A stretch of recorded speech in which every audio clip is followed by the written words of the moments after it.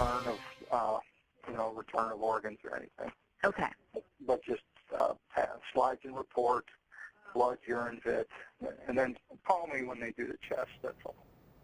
19 News obtaining this tape of a local coroner saying it's all right to harvest the organs of a local teenager before he even examined the body. Well, tonight we're asking if that decision denied a Lorain County family from finding out why their daughter mysteriously died. 19 investigator Alan Cohn reports it may have prevented that family from ever knowing what caused her death. Today, Vanessa Webb's beauty is etched into stone.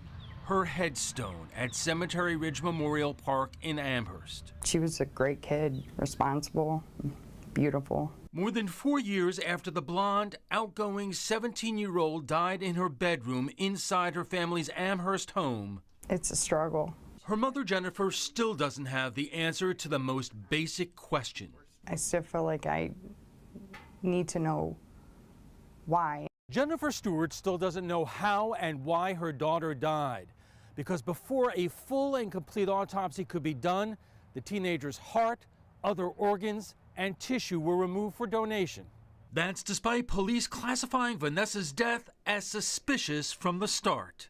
I actually had just called her on my way home, and we talked for almost 3 minutes on the phone. Just minutes after talking to her daughter, Stewart arrived home, called out her name, and heard nothing.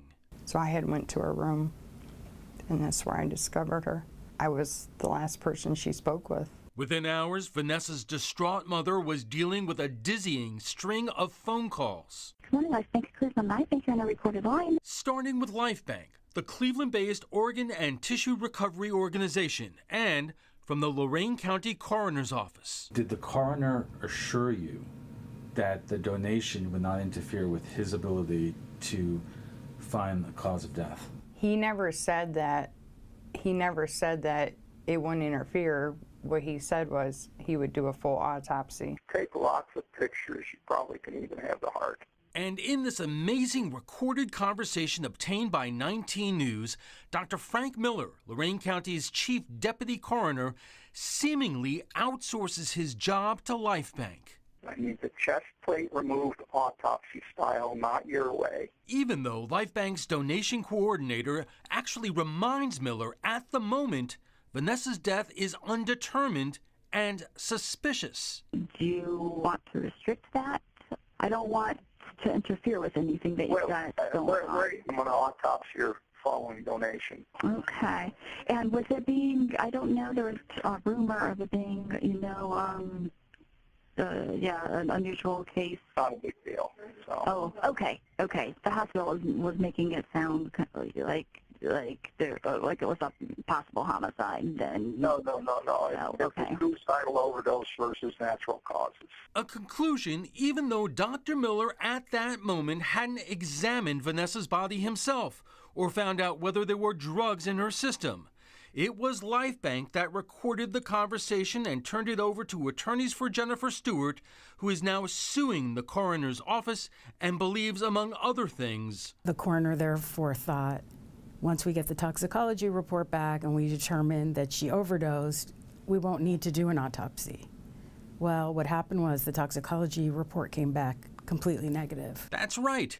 There were no drugs in Vanessa's system.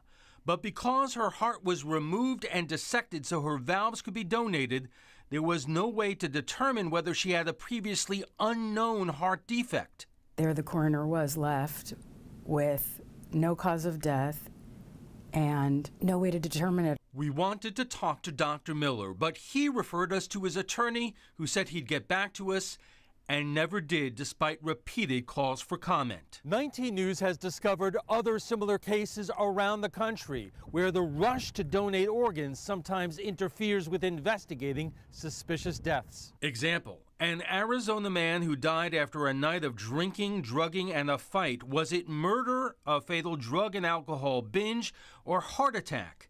The local sheriff says detectives were shocked after learning the man's heart and other organs were removed and given to a donor network before a cause of death was determined. The sheriff saying, quote, "We're just going to be shooting in the dark." I think we are struggling with this. Sharona Hoffman is a bioethics professor at Case Western Reserve Law School. Yeah, it's very hard to determine the line. Do they want to make the death meaningful, as some would say, by donating organs, or are they more interested in finding out exactly what happened? As for LifeBank, the organization tells 19 News if there's a problem, it's not with them. The coroner may say, we have to restrict this because we need certain information in order to determine a cause of death or just obtain specific information.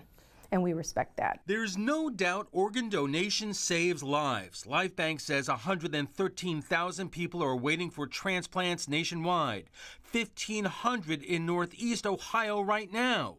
Teresa Smith, a mother of 3, was one of those people.